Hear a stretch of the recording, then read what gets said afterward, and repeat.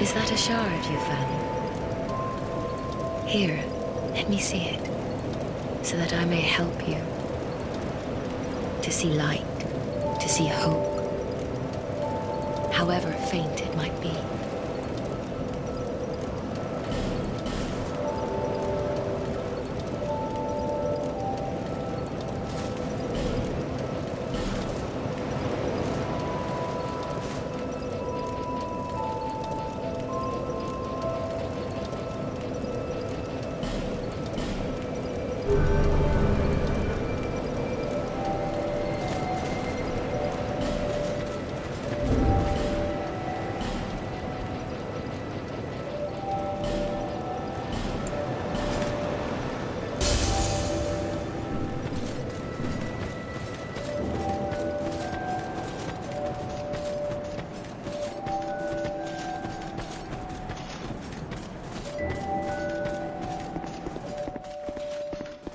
I'm glad to see you safe.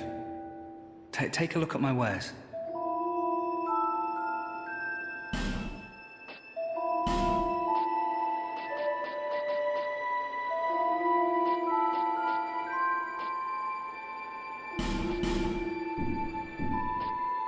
I considered returning to my homeland, but I've decided to stay a while longer.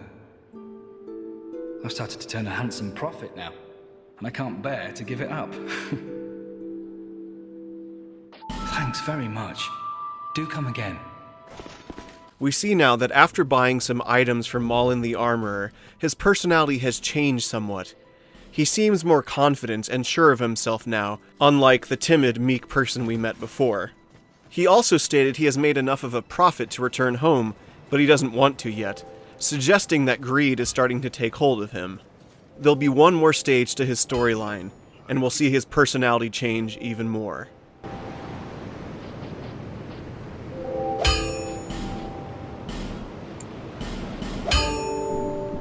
I'll be around if you make it back.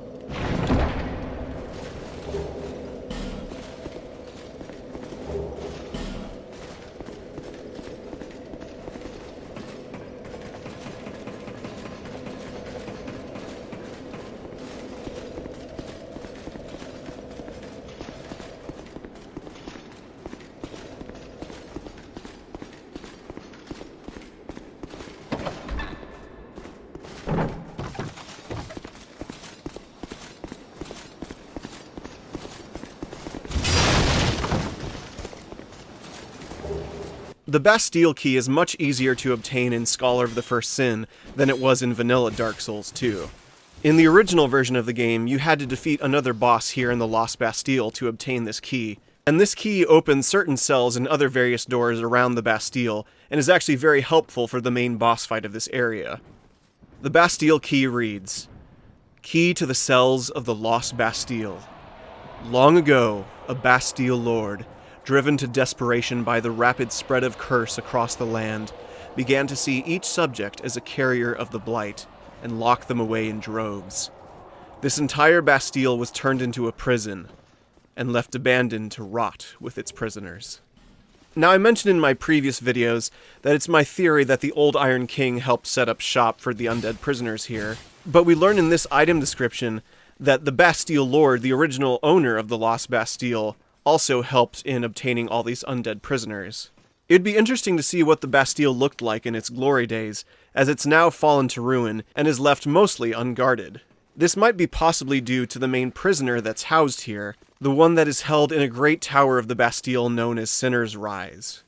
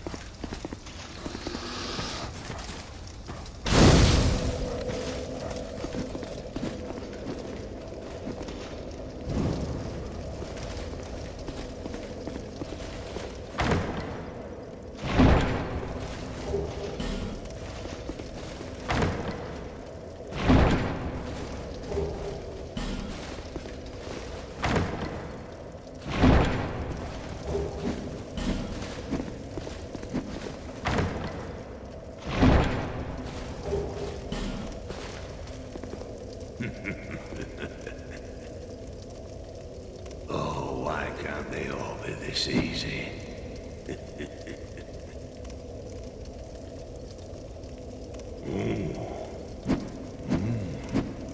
We've got a wild one here.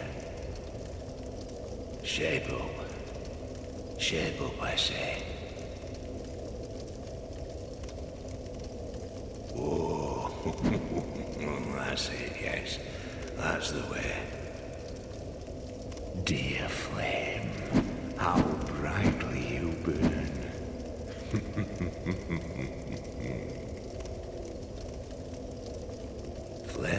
Flame, I smell flame upon you. I'm Macduff the blacksmith. All I want is a little flame. So, hand that ember to me. Right now, you imbecile.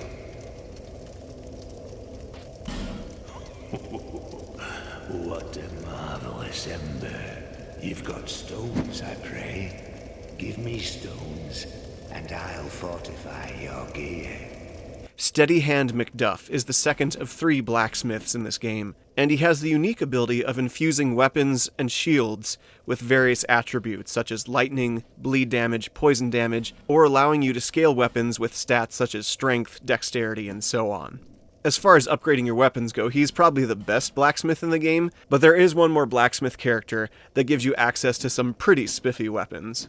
I find it very intriguing, though, that Steady Hand Macduff is able to use the dull ember.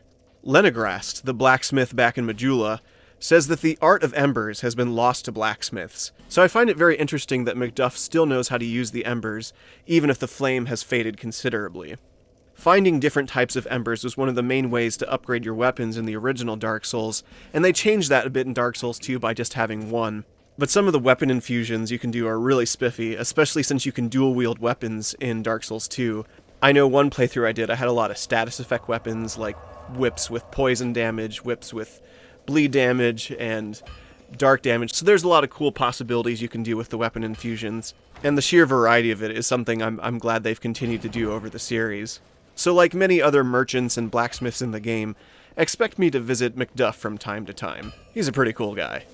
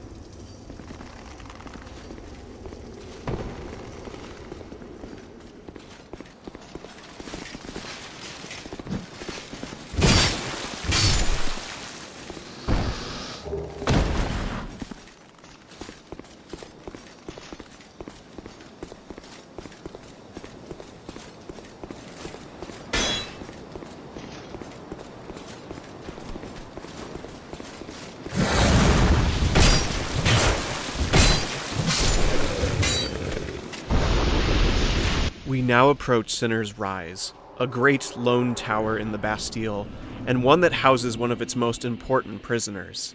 It is called Sinner's Rise because the person who dwells within its depths is one who committed a most atrocious sin. But who is this person, and what was the nature of their sin? We'll discover these answers once we confront our first Old One.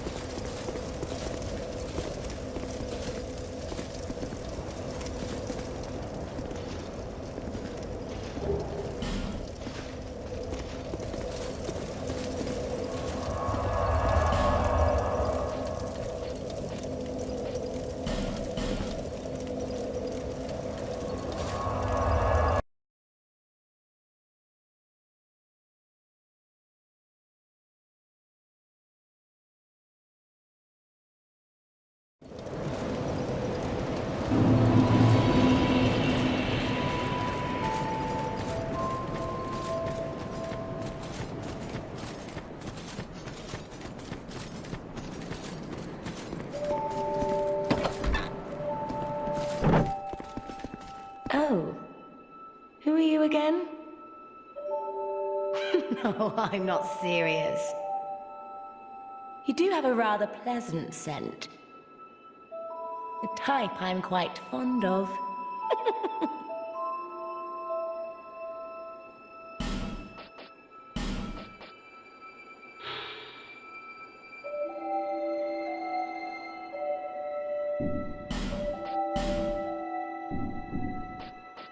This place is fascinating. We receive only the most peculiar visitors. Folk like yourself. It's enough to keep even a cat amused. Are you going to see the old ones? Those four who have grown so incredibly ancient. They must have sprouted quite a thick coat of moss by now. For heaven's sake, no one even knows their names anymore. Imagine that. Yes, nothing like yourself. For you have a most pleasant scent that grows nicer with each passing day. Satisfied?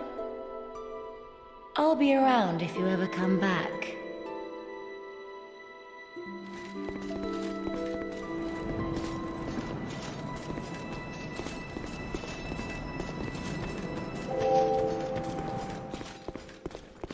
I'm glad to see you safe. Take a look at my wares.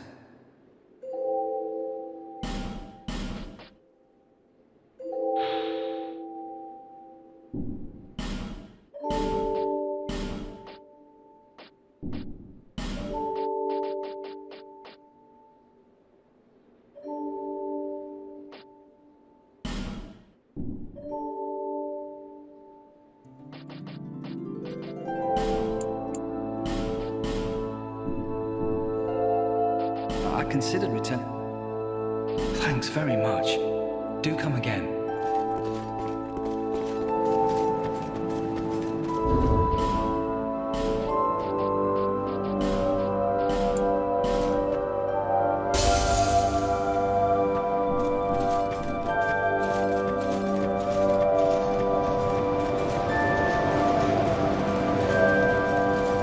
Bearer of the curse, seek lest this...